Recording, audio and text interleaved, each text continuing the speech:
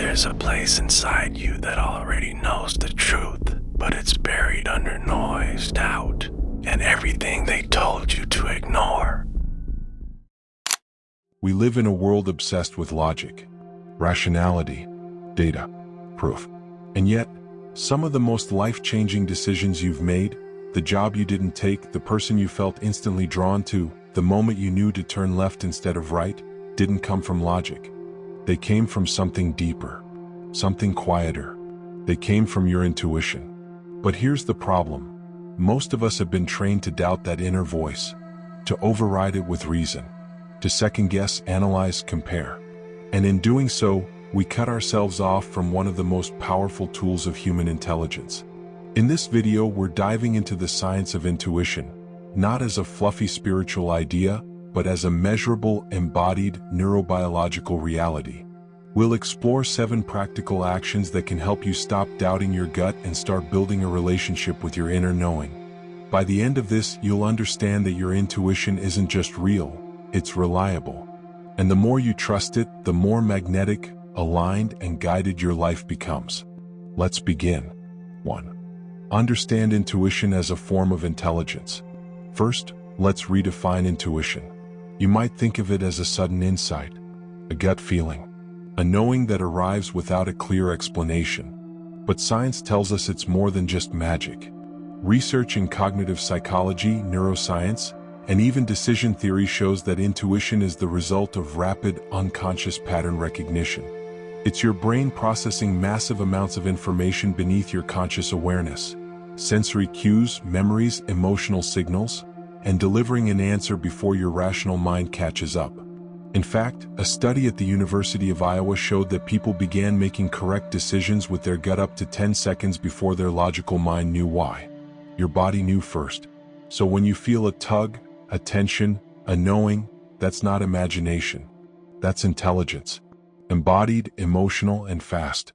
Action 1 is this. Stop treating intuition like a mystery and start respecting it as a form of deep inner data. 2. Create stillness so you can hear it. Here's what most people miss. Your intuition is always speaking, but it whispers. It doesn't shout over the noise. It doesn't compete with your anxiety, your to-do list, or your inner critic. If your nervous system is overloaded, if your mind is in a scroll loop, if you're constantly chasing validation from the outside, you won't hear your inner voice. Stillness is not about doing nothing. It's about creating space. When you meditate, when you walk without your phone, when you stare out a window instead of reaching for distraction, you're tuning the dial inward. You're making room for subtle signals to emerge. This is why so many people say they hear their intuition when they're in nature, in the shower, or drifting off to sleep. Those are the rare moments when your defenses drop. So if you want to develop intuition, stillness is not optional, it's essential. 3. Pay attention to the body, not just the brain. You might assume that intuition lives in the head, but science says otherwise.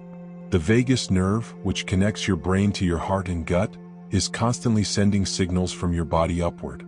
And your gut, your enteric nervous system, actually has more neurons than your spinal cord. That's why it's called the second brain.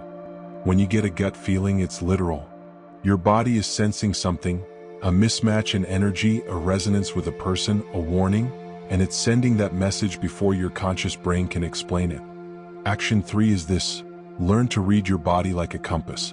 Do you feel expansion or contraction? Lightness or heaviness? Calm or clench? That's not random. That's guidance. Start tracking how your body responds to people, choices, and environments. Over time, you'll realize that your body's wisdom is far more accurate than your anxious thoughts. 4. Separate fear from intuition. This is one of the most common questions people ask. How do I know if it's intuition or just fear? Here's the difference. Fear speaks loudly and urgently. It demands, panics, catastrophizes. It says, what if this goes wrong? What if they leave? What if you fail? Intuition, on the other hand, is quieter, but clearer. It doesn't argue, just knows. It might say, this isn't right, or wait, or simply, yes. Fear contracts. Intuition clarifies. So here's the action. Develop an emotional vocabulary. Learn to name what fear feels like in your body versus what intuition feels like. One tip: fear often feels frantic while intuition feels neutral, even when the message is difficult. Over time, with practice, the difference becomes unmistakable. 5. Track your hits and misses. Most people think intuition is random, but in reality it can be trained. One of the best ways to build trust with your gut is to track it. Literally, when you get a hunch, write it down. When you ignore your gut and regret it later, note that too. This isn't about being perfect.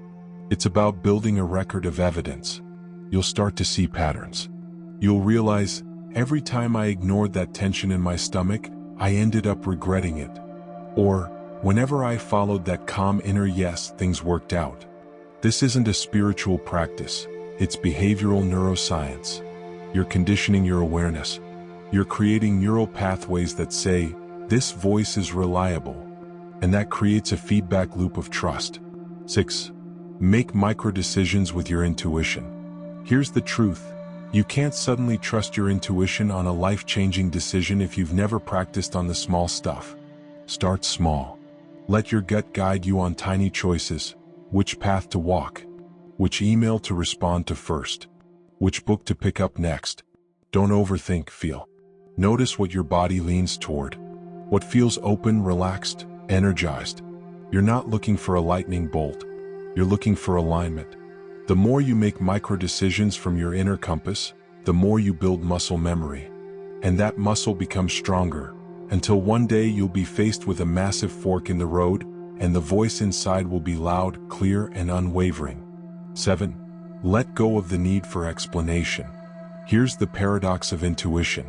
It's most powerful when you don't demand it to explain itself. Sometimes your gut will tell you to leave a situation, but it can't offer you a detailed reason. Sometimes it will say yes to something that doesn't make sense logically, but feels undeniably right.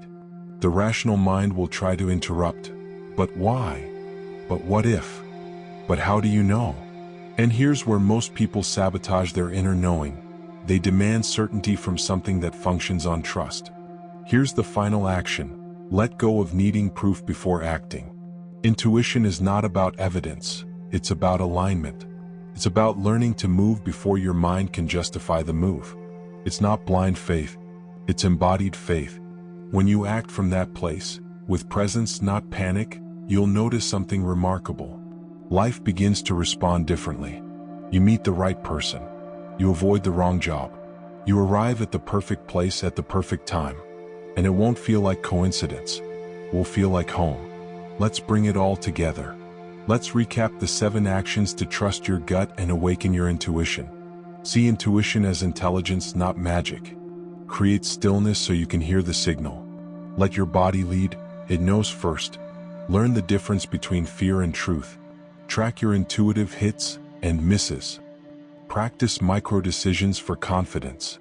Release the need for explanation and trust. Every one of these is a practice, not a belief. You don't need to believe in intuition to start listening. Just pay attention. Begin noticing. Follow the small nudges. Build the bridge. And soon, that quiet whisper inside you won't feel distant anymore. It will feel like your truest voice. And it is. Because the truth is, you've always had access to this inner compass. It's not mystical. It's biological. It's spiritual. It's real. And when you stop ignoring it, when you stop shoving it down with logic and noise, it begins to speak louder. It begins to guide you not with fear, but with precision. That's what it means to live intuitively. It doesn't mean abandoning logic. It means integrating a deeper wisdom. And the more you do, the more life aligns. Not because you forced it, but because you followed what was already aligned inside you. Now, let's end with a question. What if the answers you've been looking for have been inside you this whole time? If this video stirred something in you, if you're ready to start listening to that voice again, drop a comment below and let me know. What's one moment in your life when your intuition was right? And if this message resonated, if you're beginning to sense that your inner wisdom is the key, not just to clarity but to creation, then you'll want to take the next step. Watch our next video. Quantum manifestation is simple. That's why nobody gets it. It takes everything we explored here, about intuition, inner alignment and resonance, and shows you how manifestation really works in the quantum field. No forcing, no chasing, just frequency.